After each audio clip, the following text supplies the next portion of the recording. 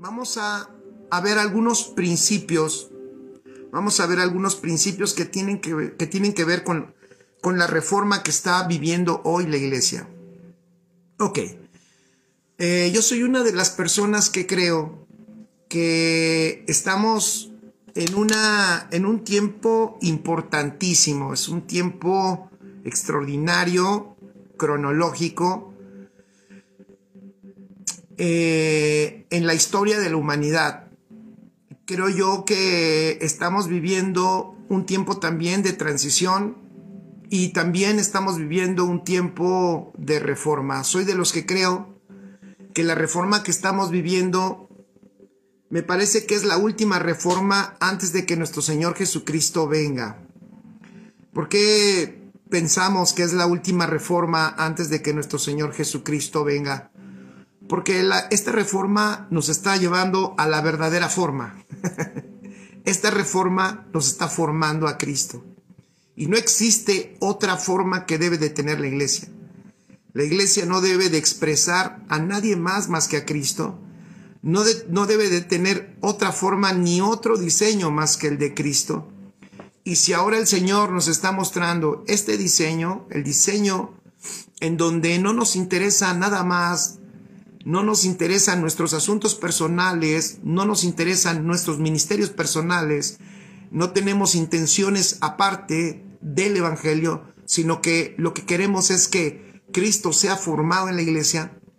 Entonces me parece que no existe prácticamente nada más que tenga que suceder.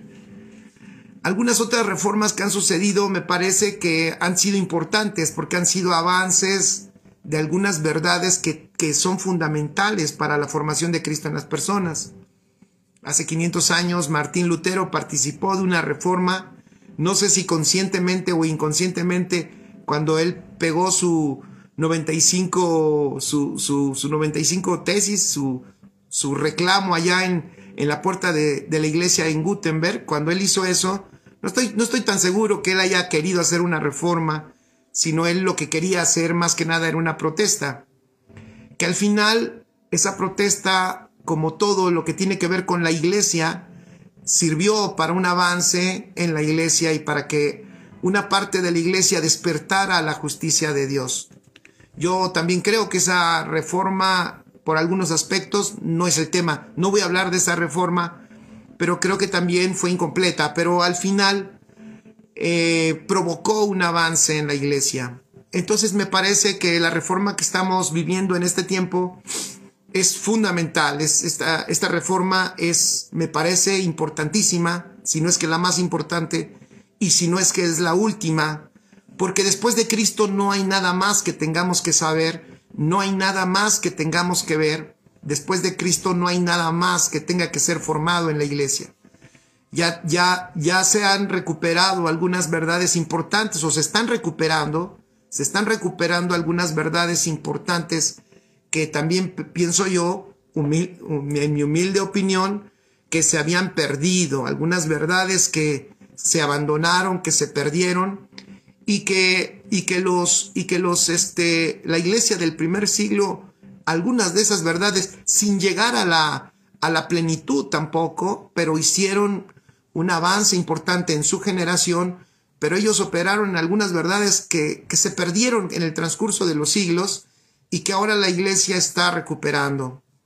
Pero dentro de esto que estamos viviendo hay algunos aspectos y va a parecer muy básico esto que hoy quisiera recordar con todos ustedes, porque va a parecer básico, pero no lo es. Es fundamental y es importantísimo que hoy tenemos que recordar.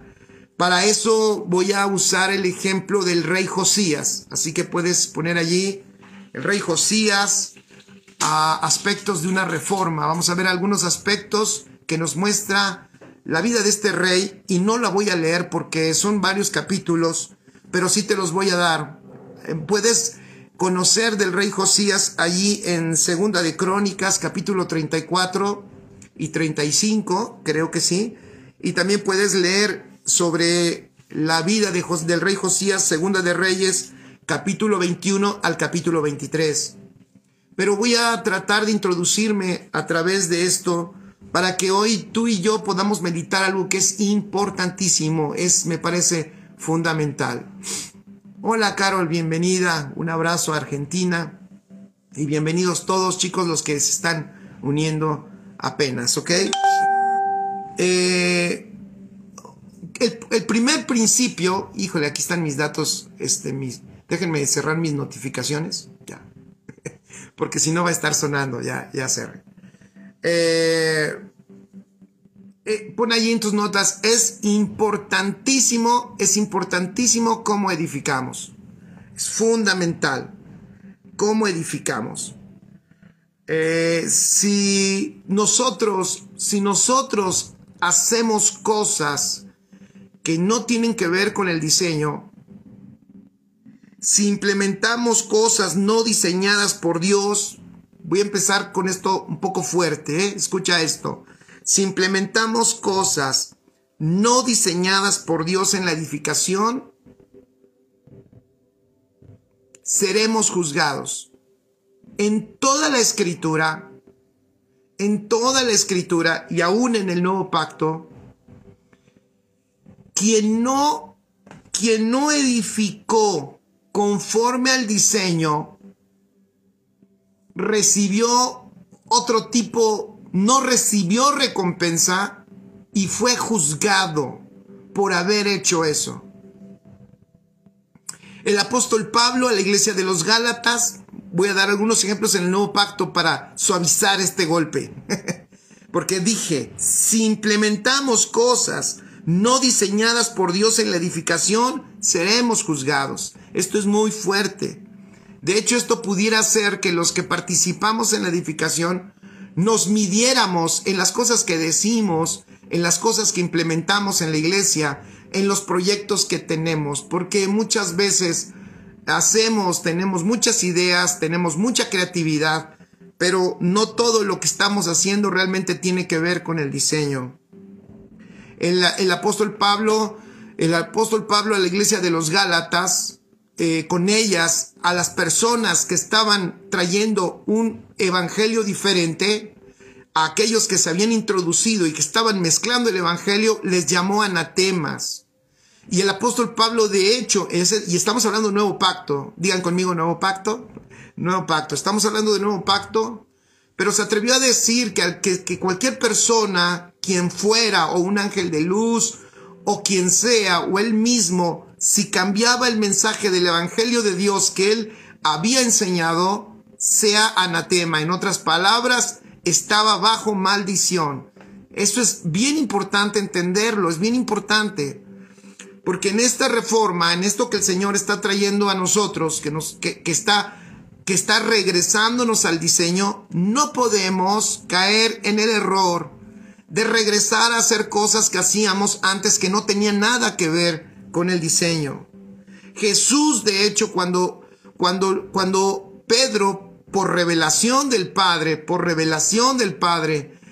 contesta correctamente, tú eres el Cristo, el Hijo del Dios viviente, el Señor Jesús le dice, y yo te digo a ti que tú eres Pedro, y sobre esta roca edificaré mi iglesia. Entonces el Señor Jesús, en esta edificación, escribe allí, en esta edificación correcta, es el Señor Jesús el que edifica, no nosotros. Aunque nos hemos llamado o se han llamado, no sé si considerarme, como les digo, es una enorme responsabilidad, pero como se han llamado edificadores, en un sentido sí somos edificadores porque somos colaboradores con Dios y somos esclavos de Dios en la edificación, pero la verdad es que el que edifica es Cristo. Él dijo, yo edificaré mi iglesia. Él no dijo, Pedro, tú edificarás mi iglesia. Él no dijo, Jorge, tú edificarás mi iglesia. Él dijo, yo edificaré mi iglesia. Porque Él es el diseñador. Escribe allí en tus notas, Él es el arquitecto, Él es el constructor. Él es el diseño, Él es el diseñador, Él es el arquitecto, Él es el constructor y Él Él es los materiales, Él es todo en la iglesia. Entonces nosotros tenemos que recuperar ese sentido, porque si no, podemos volver a perder otros miles de años como ya lo hemos hecho o ya ha sucedido. A mi parecer,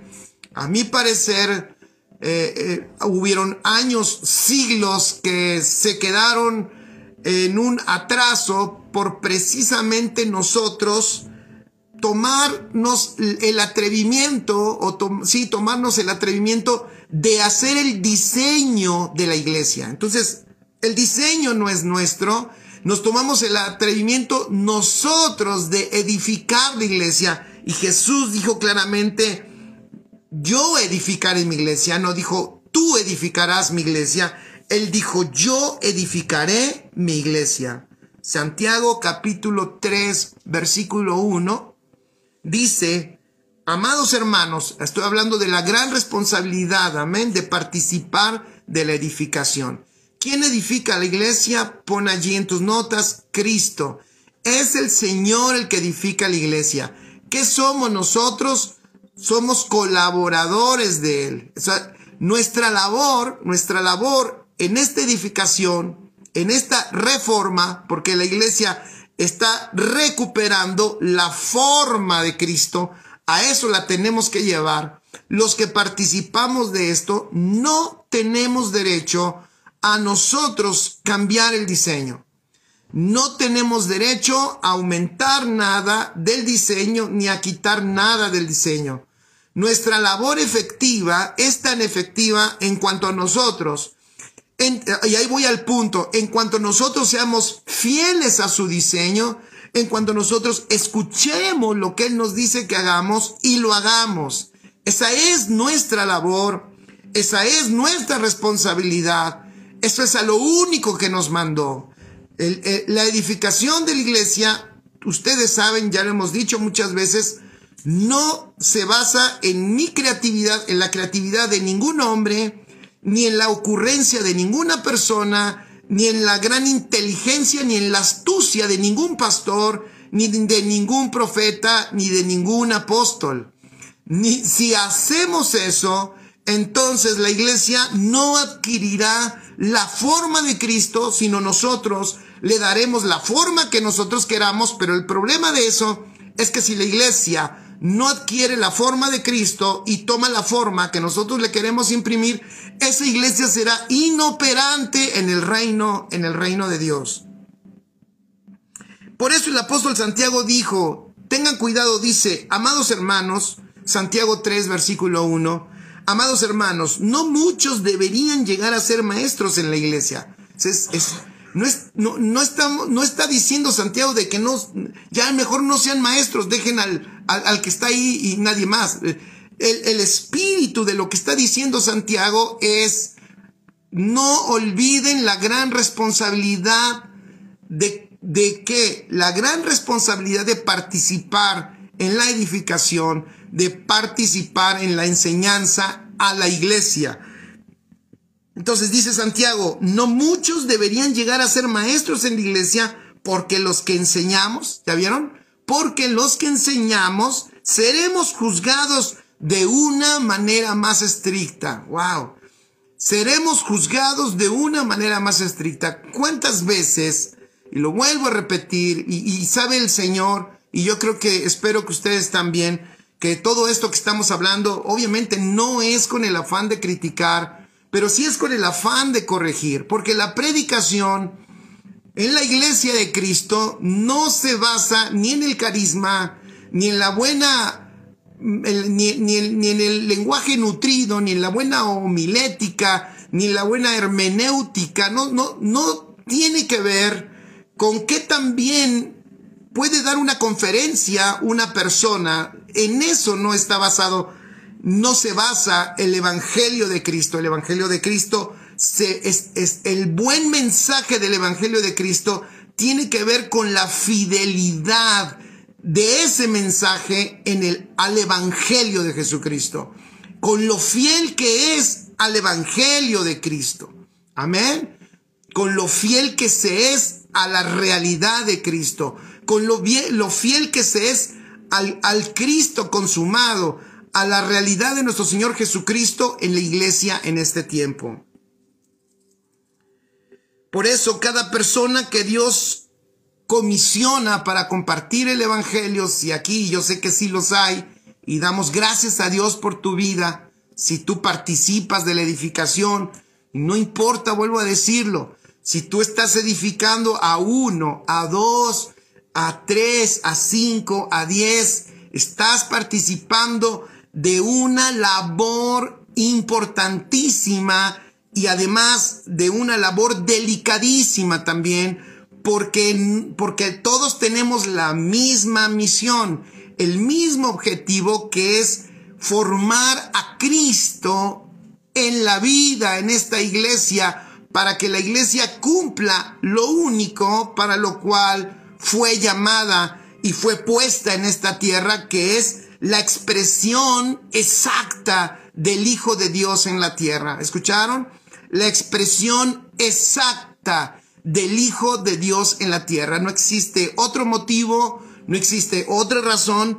Por eso a cada persona que el Señor comisiona verdaderamente a esto, lo que el Señor indica y lo que el Señor hace, cada persona debe de hacerlo de acuerdo no a su imaginación, sino de acuerdo al diseño de nuestro Señor Jesucristo. Esto no tiene que ver con nuestra imaginación, esto tiene que ver. Por eso, quien conoce, escuchen esto, quien conoce el evangelio correcto, quien es entendido en la verdad presente, en este evangelio glorioso, escucha, no importa si tiene 1, 2, 3, 5, 10, no importa si está en un desierto, en una selva o en una ciudad, es efectivo en hacerlo porque tenemos una sola misión, que es, vuelvo a decirlo, que es que la iglesia llegue a la estatura del Hijo de Dios para ser una expresión exacta de Cristo Jesús. Amén.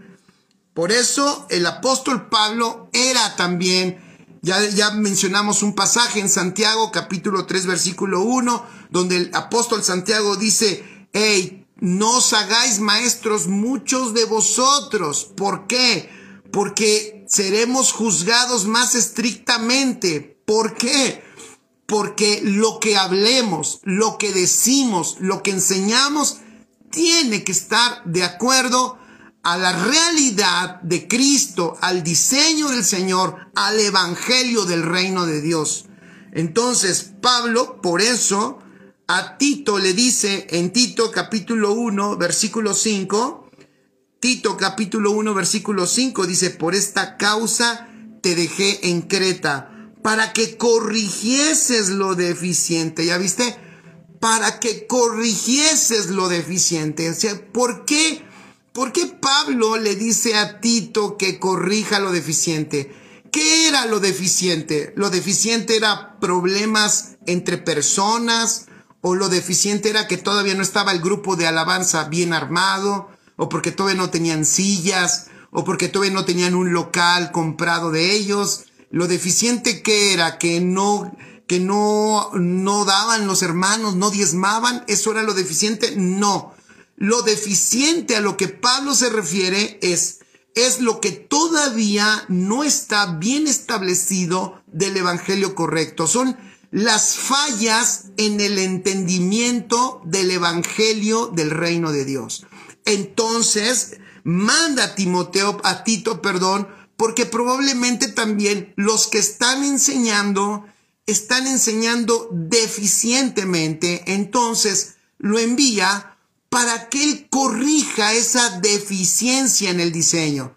Porque vuelvo a decirlo, una deficiencia en el diseño puede ocasionar una inoperancia de la iglesia en el reino de Dios. Entonces el apóstol Pablo le dice a Tito, por esa causa te dejé en Creta, para que corrigieses lo deficiente y establecieses ancianos en cada ciudad, así como yo te mandé. O sea, me impresiona, ¿no? Es impresionante. Establece ancianos en cada ciudad.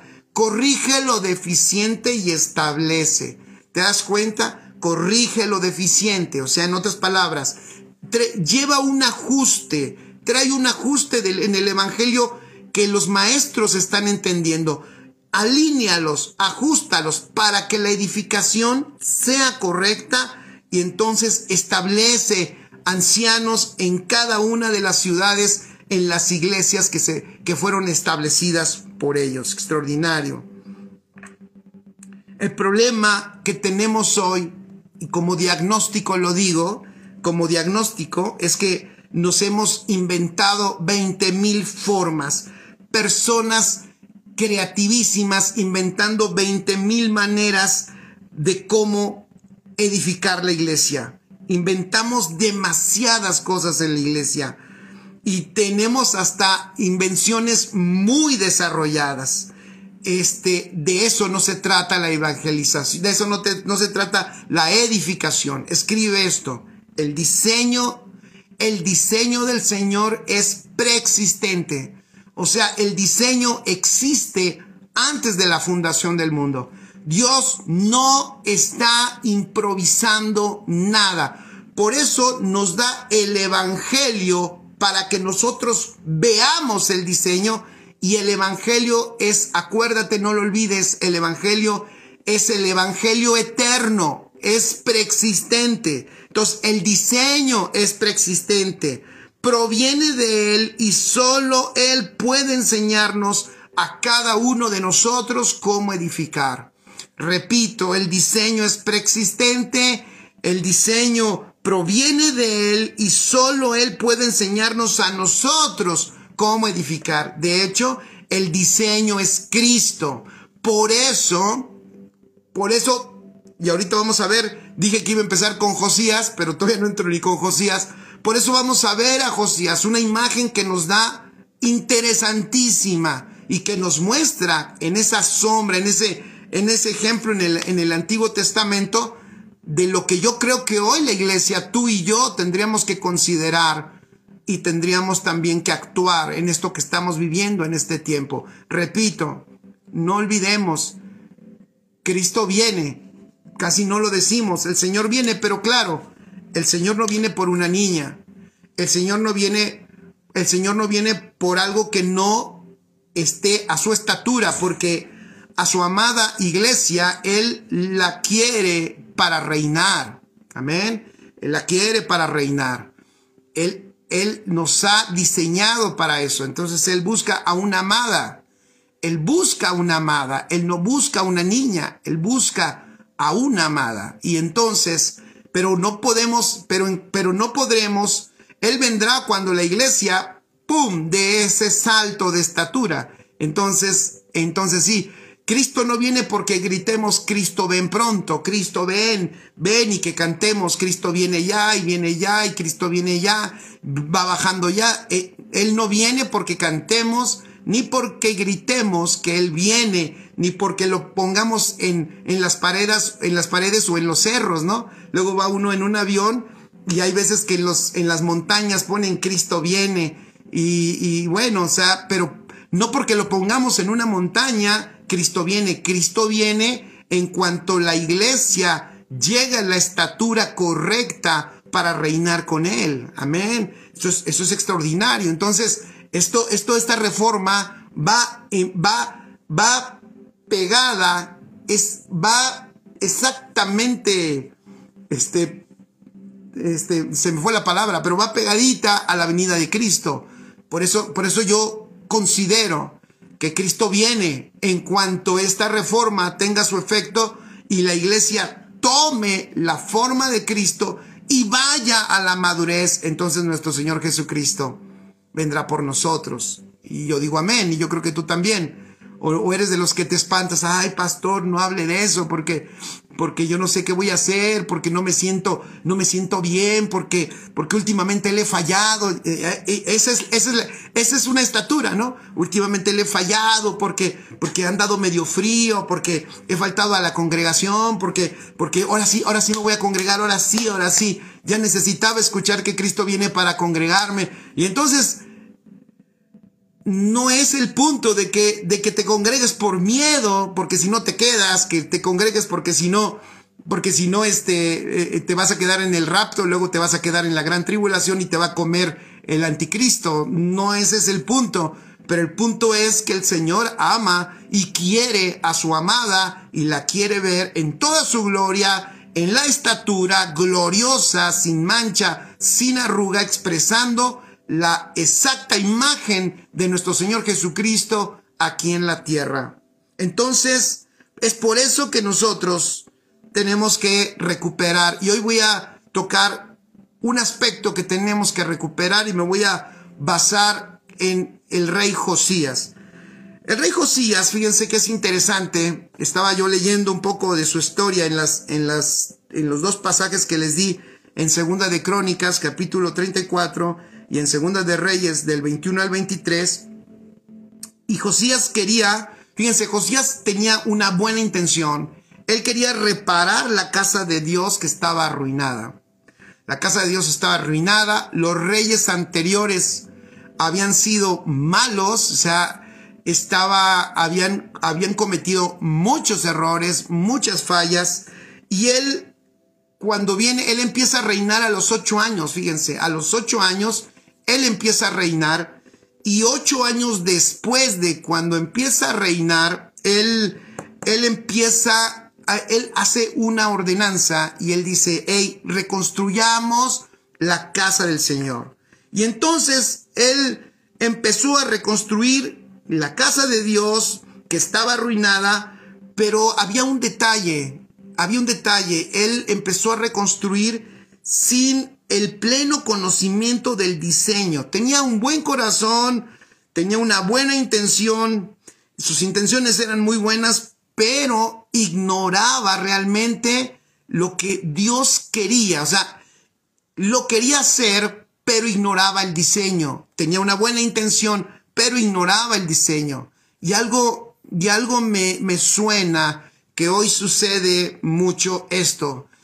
Tenemos buenas intenciones, tenemos buen corazón, tenemos muchas ganas, tenemos muchos ánimos, amamos al Señor, nos enardece la maldad que hay en el mundo, porque Él vio cómo estaba todo y se molestó de ver la maldad y de ver cómo la nación prácticamente había olvidado, se había separado de Dios, pero en su corazón surge una buena intención.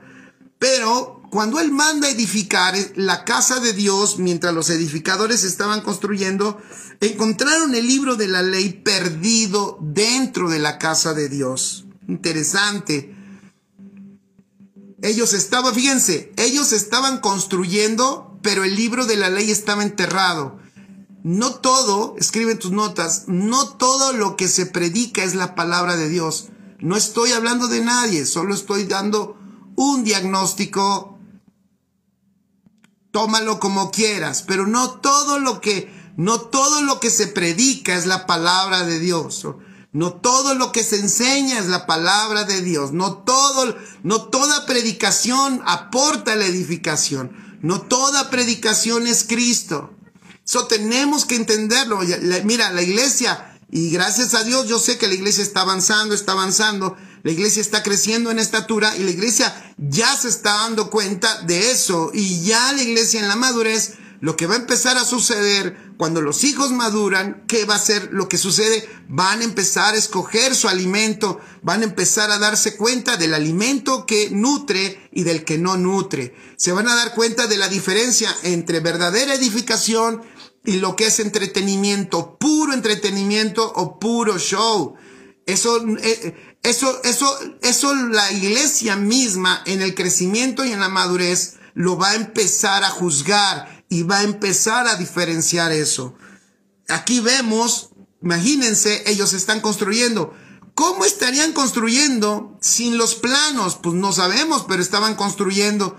¿Qué estarían haciendo sin tener conocimiento de lo que están haciendo? Pues algo como hoy, tantas cosas que se hacen a nombre de la iglesia, pero sin el conocimiento de lo que verdaderamente se tiene que hacer.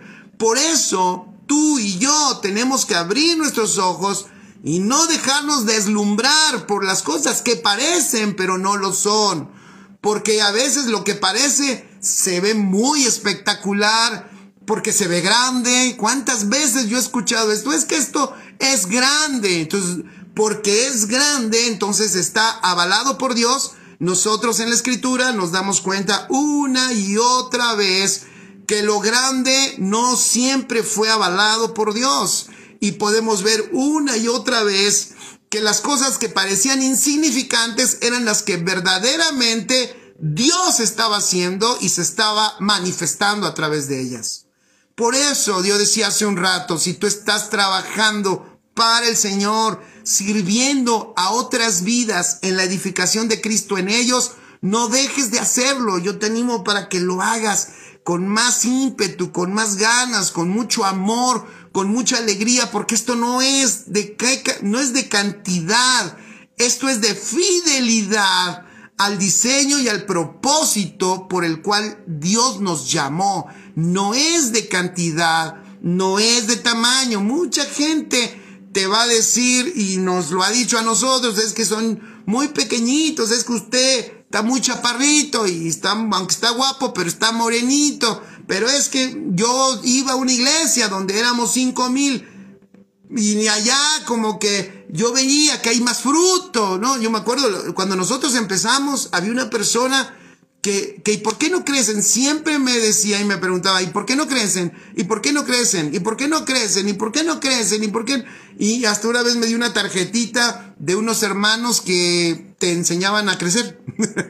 O sea, que en número, ¿no? O sea, me refiero a crecer en número. O sea, esta persona hasta me dio una tarjetita. Hable con ellos, a lo mejor. O sea, ¿cuál es el asunto? Entonces, yo digo, en ese tiempo no entendía cosas, pero yo sí sabía que el punto no era números. Yo entendía que lo que teníamos que hacer era algo diferente, porque yo para qué quiero números si no veo la vida de Dios en ninguno de los que están ahí. O sea, ¿de qué caso tiene si lo que estamos haciendo no lo está recibiendo el Señor? Porque el Señor no recibe nada que no exprese la vida de su Hijo. Y entonces, todas esas cosas uno las vive, pero el problema muchas veces es que nos dejamos llevar por eso. Y si decimos, y luego nosotros mismos empezamos a catalogar la eficiencia de lo que estamos haciendo, lo empezamos nosotros mismos a juzgar de acuerdo al número de personas que tenemos. Y volvemos a lo mismo. Es más, hay estudios, hay libros que estudian a la iglesia en los tiempos, y hay algunos que coinciden en que en estos últimos tiempos y hasta que el Señor venga, lo que va a predominar en la iglesia en el mundo van a ser los grupos pequeños. Hay estudios que afirman eso.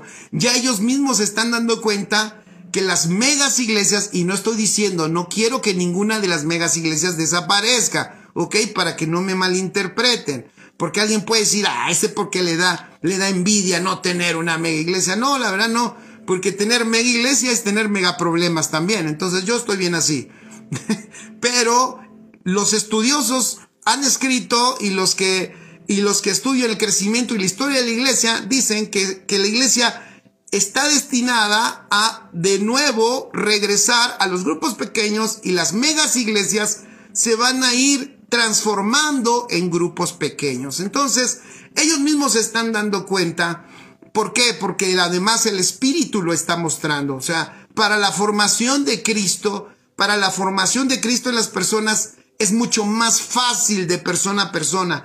Es mucho más efectivo con grupos pequeños, con personas con las que interactuamos, con las personas a las que conocemos, con aquellos con los que conversamos y con los que compartimos nuestra vida. Eso es mucho, mucho más efectivo que pensar que estamos creciendo por grandes conferencias, por grandes predicaciones que una persona ungida está dando y que la da muy bien. Qué bueno por las personas que conferencian muy bien, pero ya lo dije, nosotros no queremos dar buenas conferencias. Nosotros lo que queremos es ser fieles al diseño de Cristo. Queremos predicar el evangelio del reino. Porque imagínense lo que pasaba aquí con Josías. ¿Qué estarían construyendo? Que cuando ellos sacan el libro y se lo llevan al rey, y el rey lo lee, lo empiezan a leer, se dan cuenta que es la ley de Dios. Entonces ordena para todo y ordena que todos escuchen la ley. ¿Ya vieron lo que hizo? Paró todo. Qué valor, ¿no? Oiga, pastor, ¿y yo qué tengo que hacer para entrar en esta transición y para implementar esto que estamos entendiendo del evangelio? A veces tienes que parar. Yo no estoy diciendo que pares ahorita, ¿vale? No vayan a mandarme mensajes, pastor, usted nos enseñó que paráramos y yo paré y ya se fueron todos. No te estoy diciendo que tú pares y que yo solo estoy hablando de lo que hizo este rey. Este rey, cuando lee la palabra, entonces para todo y dice, caray, aquí, espérense. Mejor vamos a escuchar la ley de Dios, que es lo que dice.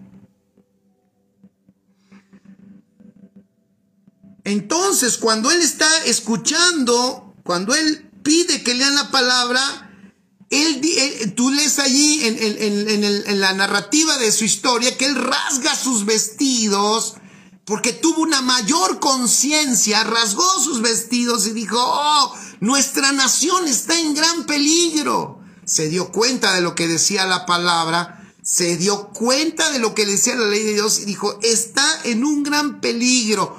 Dios prácticamente nos va a destruir por todo lo que ha sucedido en esta nación. Y entonces él rasga sus vestiduras y mientras él siguió escuchando, se dio cuenta que estaba equivocado y entonces empezó a consultar a algunos profetas de esto que estaban oyendo y se dio cuenta se dio cuenta que el juicio de Dios estaba sobre Israel por lo que sus antepasados habían hecho y porque no habían guardado la palabra y porque lo que ellos habían hecho no estaba escrito en ella. Él entonces, si ustedes leen, y ahí queda de tarea, la mayor parte de la narración, y a mí me llamó la atención, de la historia de este rey, y lo narra, y en un momento cuando estaba yo en la lectura, fíjense, yo dije, se me hizo en un momento como que demasiado específico porque narra que fue a este monte donde había un lugar alto que determinado rey había establecido y él fue y lo derribó y lo destruyó. Y luego dice, y fue a otro monte que determinados reyes los habían establecido y él fue y los derribó. O sea, escuchen esto, fue a todos los montes de su nación donde los antiguos reyes habían establecido adoratorios paganos. Eran lugares, fíjense, cuando Dios había establecido un lugar en donde se iba a reunir con ellos, era tal la desviación de todos los reyes que habían venido a Israel, que todos habían puesto ya diferentes lugares de adoración con diferentes dioses. Y te sorprendes que incluso derribó un monte y un lugar de adoración en un monte que el rey Salomón había construido. O sea, derribó incluso un altar de adoración a otro dios, creo que era a Moloch, o no recuerdo a quién, que Salomón había construido, y de hecho construyó dos, y los dos los destruyó. ¿A qué te suena eso? Esa es la razón, escuchen esto, esa es la razón por la cual, para aquellos que muchas veces dicen o no entienden, no es que no entiendan, sino que a veces hay personas que se molestan y hay personas que luego dicen, pero ¿por qué hacen tanto hincapié en que esto no, si no pasa nada? No, es que si no, escuchen, si no derribamos lo anterior, no vamos a lo siguiente. Él lo entendió, él dijo, tenemos que terminar todas las otras alternativas de adoración que tenían, todas las vías alternas que habían construido ellos, que había salido de su mente y de su perversión. los tenemos que destruir. O sea, escuchen, ¿por qué estoy tocando esto? Porque él tomó cartas en el asunto. O sea, no solamente fue, leamos el libro de la ley, qué bonito está el libro de la ley, ok, sigan construyendo, pero ahora hay que construir conforme la ley, conforme el diseño, ahora sí, ¿vale? No solo hizo eso, pero aparte fue a toda su nación a derribar todos los altares paganos que los reyes anteriores habían construido. Aún el rey Salomón, que tenía sus 2 altares que había construido. Increíble. Hoy hay muchos. ¿Qué tenemos hoy? Hoy tenemos un gran problema. Y eso, bueno, Dios nos los tiene que revelar. Pero hay muchos lugares que la misma iglesia ha construido, muchas vías alternas, muchas acciones falsas, muchas cosas ha hecho la iglesia que ha provocado adoración, vías alternas, distracción de la propia iglesia, y eso es causa de que no sea edificada correctamente. Hay, de hecho, hoy muchos falsos personas, títulos falsos como allá, ¿no? Personas siendo algo que Dios no dijo que fueran. Hoy, lo he dicho yo muchas veces, pero tenemos que decirlo porque si no derribamos esas cosas, esas formas que nosotros estamos imprimiendo a la iglesia, son las que no permiten que la iglesia crezca. O sea, ¿por qué tenemos hoy tantos pastores que no han sido llamados a pastores, pero ellos por alguna ambición personal lo quieren ser? Porque hoy tenemos tantos profetas en el boom profético, que no sé si todavía continúe, pero en el boom profético de hace unos años, todo mundo quería ser profeta. Pero ¿qué ocasionaba? Que cuando Dios ni siquiera ha llamado a ciertas personas como profetas, pero ellos se hacen profetas, entonces al rato tenemos palabras y cosas locas que Dios no ha dicho, pero que ellos están diciendo y están inventando cosas. Y cuando se inventa, vuelvo a decirlo, cosas que Dios no dijo, cosas que Dios no habló, no solo no edifica, sino provoca destrucción y además desvía de la realidad y del único objetivo que tenemos que ver siempre y no dejar de ver nunca, que es nuestro Señor Jesucristo. Hoy, si viajas mucho, si sales del país muchas veces, ya eres apóstol. Ya eres apóstol. Pero no solo un apóstol sale de viaje mucho, también un guía de turistas viaja mucho, un turista sale mucho de viaje y no necesariamente es un apóstol, pero si ahora un ministro viaja, no, ya es lo máximo.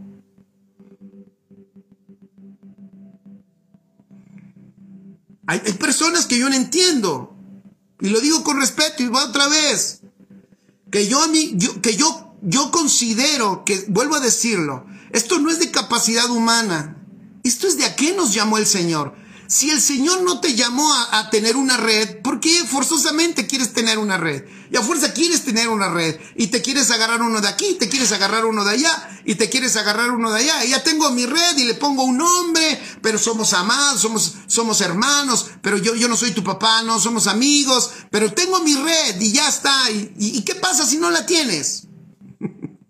¿Y qué pasa? ¿Y qué cambia si no eres el líder de una red? ¿Qué cambia?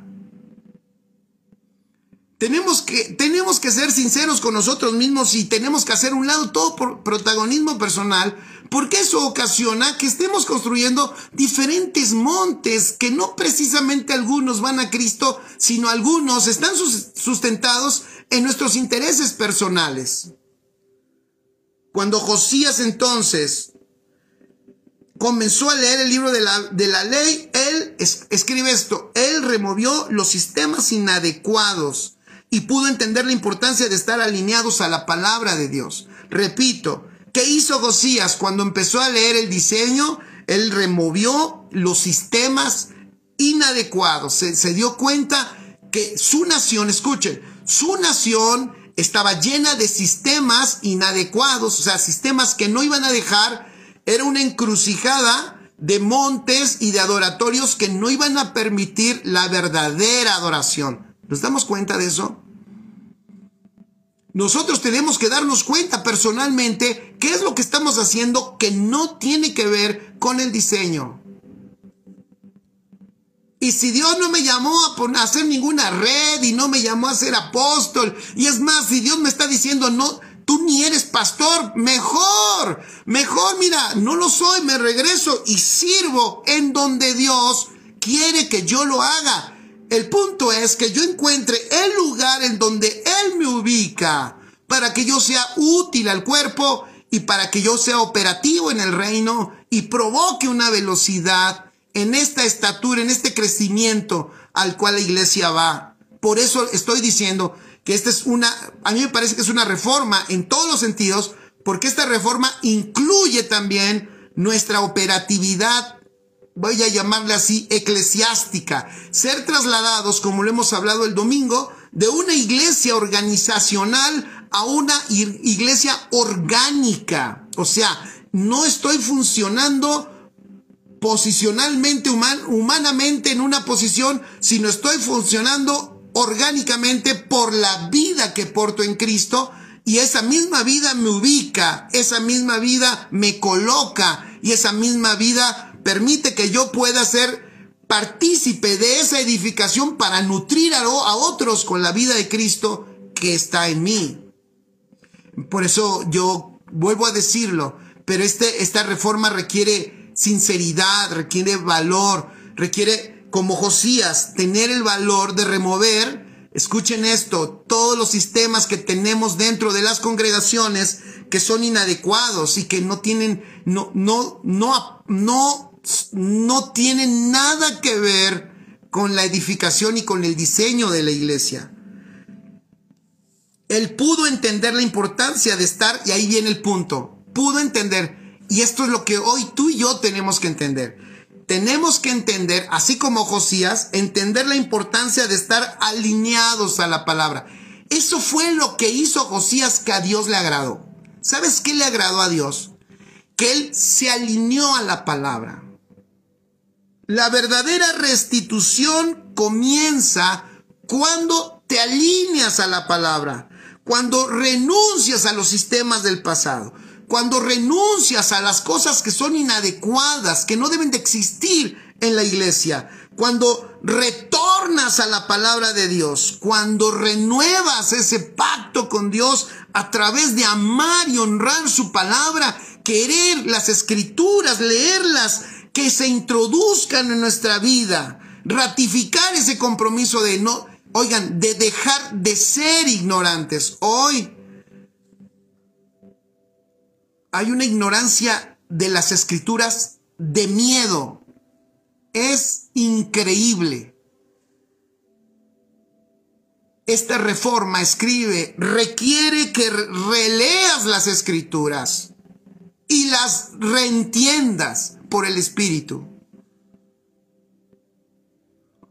La semana pasada hemos dicho, en una de las expresiones que el Señor le da a la iglesia, es que la iglesia es una nación. Pon allí, la iglesia es una nación. Por eso aquí vemos a Josías y él haciendo una reforma en su nación, destruyendo las falsas estructuras, destruyendo los falsos sistemas y regresando a la palabra de Dios. Escuchen, para que de la palabra de Dios extraigamos el diseño correcto. Y entonces hagamos lo que tenemos que hacer y seamos efectivos. Pero esta nación, escuchen, esta nación, si somos nosotros una nación, y es esta nación una de las maneras en que Dios se refiere a la iglesia, porque se refiere a la iglesia como cuerpo, como casa, como familia, pero también a la iglesia le llama su nación, es la nación divina, es la nación de Dios. ¿Dónde vemos esto? Para darle fundamento a esto. Hebreos nos deja ver mucho de esto, fíjense. El libro de Hebreos nos deja ver, y sobre todo, fíjense, a los hebreos, a estos hijos de Dios que están huyendo precisamente porque los está persiguiendo su nación. O sea, es su nación en la carne la que los está persiguiendo, y se ve que el escritor de Hebreos les refuerza que ellos están y forman parte de una nación más gloriosa, más poderosa, una nación indestructible. Y esta nación indestructible, esta nación se llama iglesia. Hebreos 11, versículo 9 y versículo 10. Escriban ahí, Hebreos 11, no lo busquen, yo lo leo. Hebreos 11, 9 y 10 dice: por la fe habitó como extranjero en la tierra prometida, como en tierra ajena, morando en tiendas con Isaac y Jacob, coherederos de la misma promesa, porque esperaba la ciudad que tiene fundamentos, cuyo arquitecto y constructor es Dios. ¡Wow! Es Abraham. Hemos hablado mucho de eso. A mí esto me encanta. Para mí es glorioso esto, porque Abraham tuvo una medida de ver el evangelio. En una medida vio la nación de Dios llamada iglesia. Y cuando vio la iglesia, fíjense, mientras unos no quieren venir a la congregación, mientras unos hablan mal de la iglesia y se quejan de ella, Abraham la vio y dijo: yo quiero esa nación, yo quiero ese lugar, yo quiero estar con esa gente que han sido perfeccionados, que han sido lavados, que son renacidos, que son uno con el Señor, que son perfectos. Yo quiero ser parte de ellos. Y eso se lo transmitió a sus hijos. Vean qué glorioso. Se lo transmite a sus hijos y sus hijos dicen: tienes razón, papá, esa es la mejor nación. Nada de eso, nada de esta tierra vale. Aunque eran millonarios, ellos eran ricos. Ellos eran la familia más rica sobre la tierra. Pues esta familia, la más rica sobre la tierra, decidió no echar raíces en la tierra, no amar lo material, sino amar esa nación. ¡Wow! Eso me vuela la cabeza a mí. Eso me parece a mí glorioso, de verdad glorioso. Digo, wow, qué manera de poder ver la iglesia y darse cuenta que para él no era una religión, para él era una ciudad. Para él esta ciudad era una ciudad con fundamentos, y era una ciudad cuyo arquitecto era Dios y el constructor era Dios. ¡Wow! ¡Qué manera de ver! O sea, a nosotros es increíble, tenemos que aventar el curso número 1, número 2, número 3 de no sé qué tantas cosas para que la gente entienda que esto se trata de una construcción, se trata de una nación, y aún así las personas acá no lo entendemos en este siglo XXI, no lo entendemos, y nuestra mente sigue regresando a pensar que esto es una religión. Esto no es una religión. Esta es la nación más poderosa de Dios. Y esta nación, la más poderosa de Dios, tiene una constitución también, como toda nación. México tiene su constitución. Hoy en México se están peleando porque quieren modificar la constitución, porque la modifica fíjense, la quieren modificar a su conveniencia, pero eso es imposible. La constitución ya está establecida. Nadie puede particularmente modificarla, ni nadie puede hacer otra constitución. La constitución es el espíritu de una nación. Entonces, fíjense, Hebreos 11, versículo 13. Hebreos 11, 13. Conforme a la fe, murieron todos estos sin haber recibido lo prometido, sino mirándolo de lejos, y creyéndolo, y saludándolo, y confesando que eran extranjeros y peregrinos sobre esta tierra. Porque lo que esto dicen, claramente dan a entender que buscan, ya vieron, buscan una patria. Pues si hubiesen estado pensando en aquella de donde salieron, ciertamente tendrían tiempo de volver. Pero anhelaban una mejor ¿qué? Anhelaban una mejor nación, una mejor patria. Anhelaban una mejor, esto es celestial, por lo cual Dios no se avergüenza de llamarse Dios de ellos, porque les ha preparado una ciudad. ¡Wow! Extraordinario. Y Hebreos 12:22 dice, sino que os habéis acercado, fíjense, os habéis acercado. ¿A dónde te acercaste? Yo me acerqué a Casa de Justicia. Yo me acerqué a la iglesia Betel. Yo me acerqué a la iglesia del Perpetuo Socorro.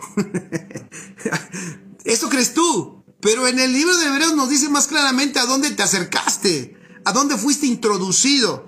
Sino que os habéis acercado al monte Sión, a la ciudad del Dios vivo, Jerusalén celestial, a la compañía de muchos millares de ángeles. Extraordinario, extraordinario. O sea, ¿a dónde llegaste? Llegaste a la Jerusalén celestial.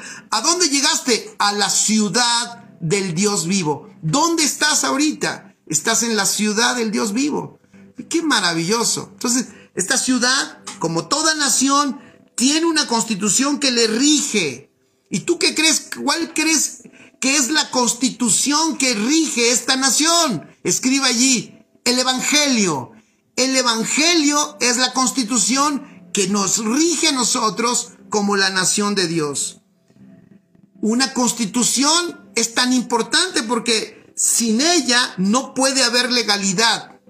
Sin una constitución no puede haber justicia, no puede haber derechos, no sabes cuáles son tus deberes. La constitución es la forma, es la norma fundamental que refleja el espíritu de la nación por el cual se deben interpretar las demás leyes. ¿Escuchaste? La constitución es la norma fundamental que refleja el espíritu de la nación. ¿Cuál es nuestra constitución? Es el Evangelio. Por eso tenemos que regresar al Evangelio. Es increíble que lo tengamos que decir así, pero esa es la realidad. Tenemos que regresar al Evangelio.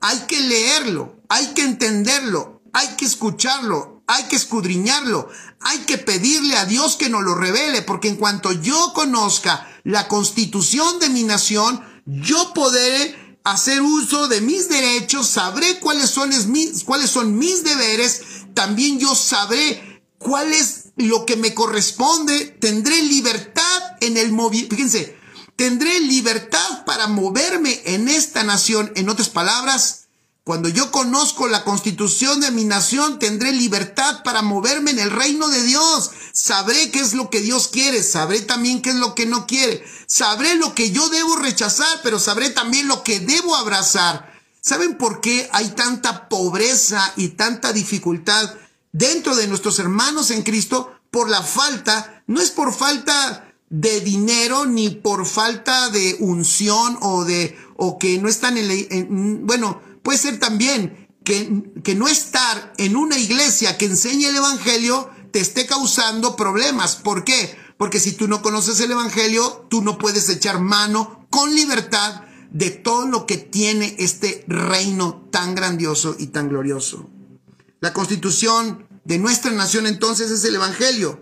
Entonces cuando tú conoces correctamente y profundamente este Evangelio, escribe esto: cuando tú conoces el Evangelio de una manera profunda, de una manera seria, cuando ese Evangelio forma parte de tu vida, es tu vida, entonces eso determinará, escribe allí, determinará la calidad de vida. Eso va a determinar tu calidad de vida inevitablemente. Determinará el desarrollo de tu vida también. Una persona puede vivir en el mejor país y puede tener la mejor constitución del mundo, pero si lo ignora, nunca podrá aprovechar las riquezas de ese país. Nunca podrá disfrutar sus libertades y tampoco respetará sus restricciones. Vivirá absolutamente ajeno a esa realidad.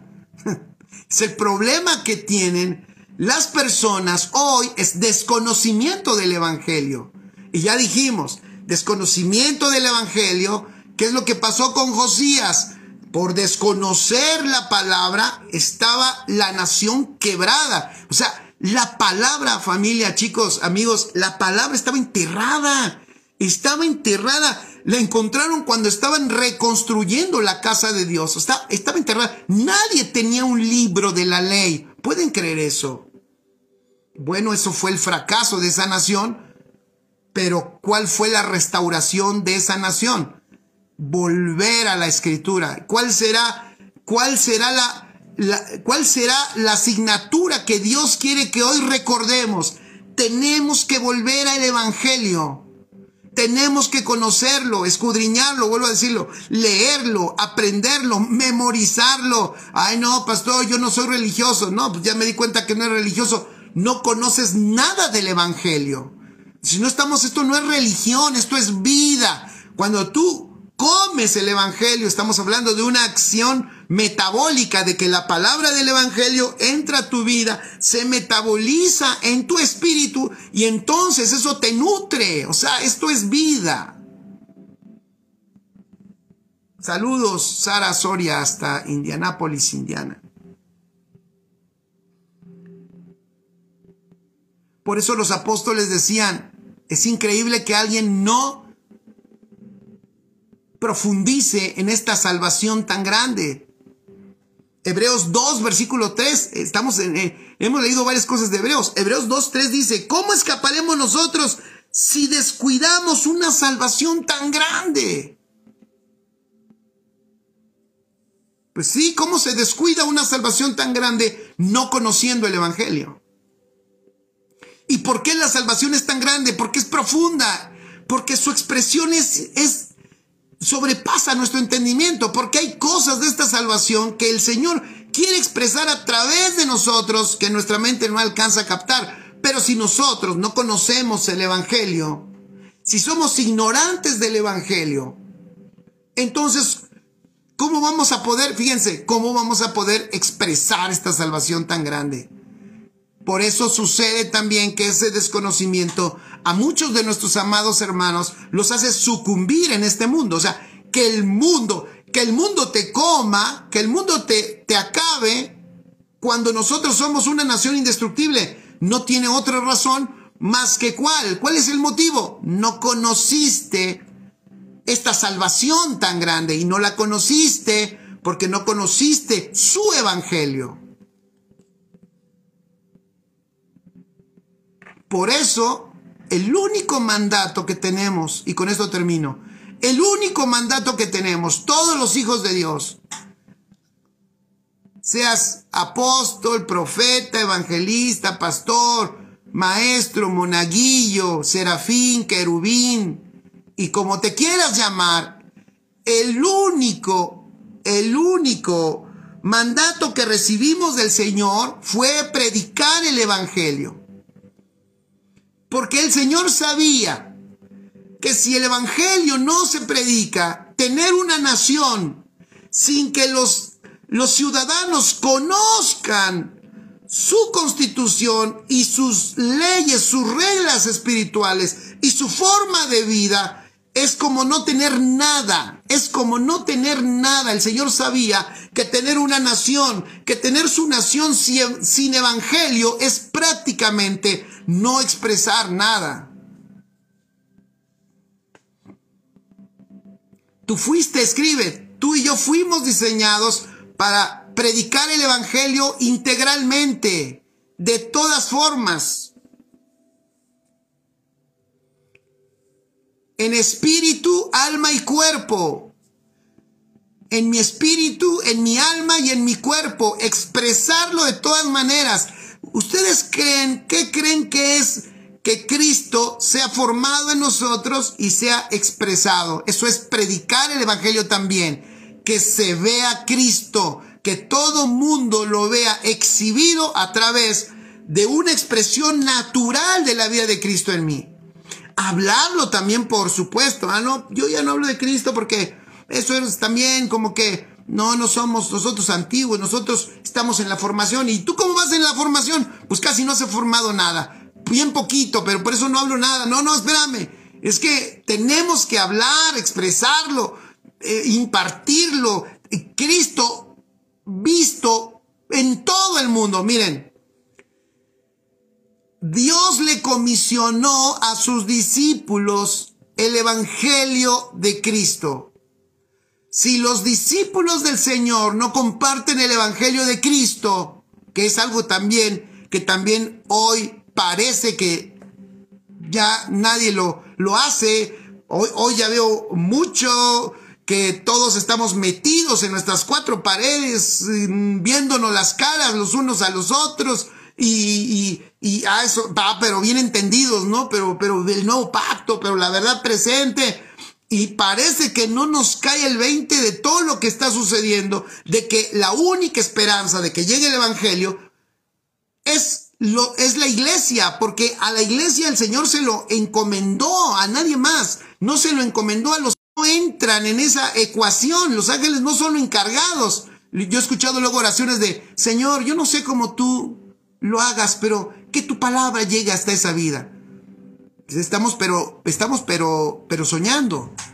Porque el Señor, Marcos 16:15, le dijo a sus discípulos, fue lo que les encargó: vayan por todo el mundo y prediquen el evangelio a toda criatura. Desde ese momento en adelante, la responsabilidad de la predicación del evangelio de Dios quedó en manos de todos sus discípulos hasta el día de hoy. Desde allí hasta hoy, esto depende de nosotros. Y con eso quiero terminar. Porque no puede haber una reforma.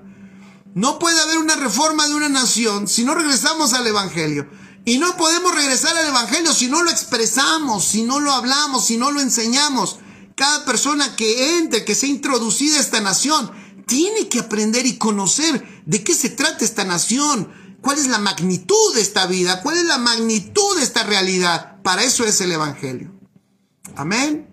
Así que, si tienes a alguien cerca, dile: tenemos una gran responsabilidad. Tenemos que regresar al evangelio y tenemos que predicar el evangelio.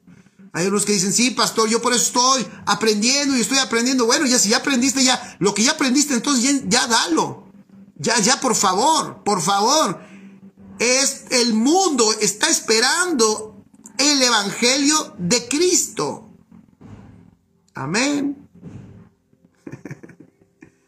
¿Cuántos dicen amén? Eso.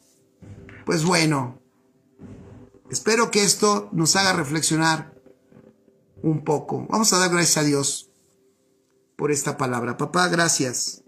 Gracias por...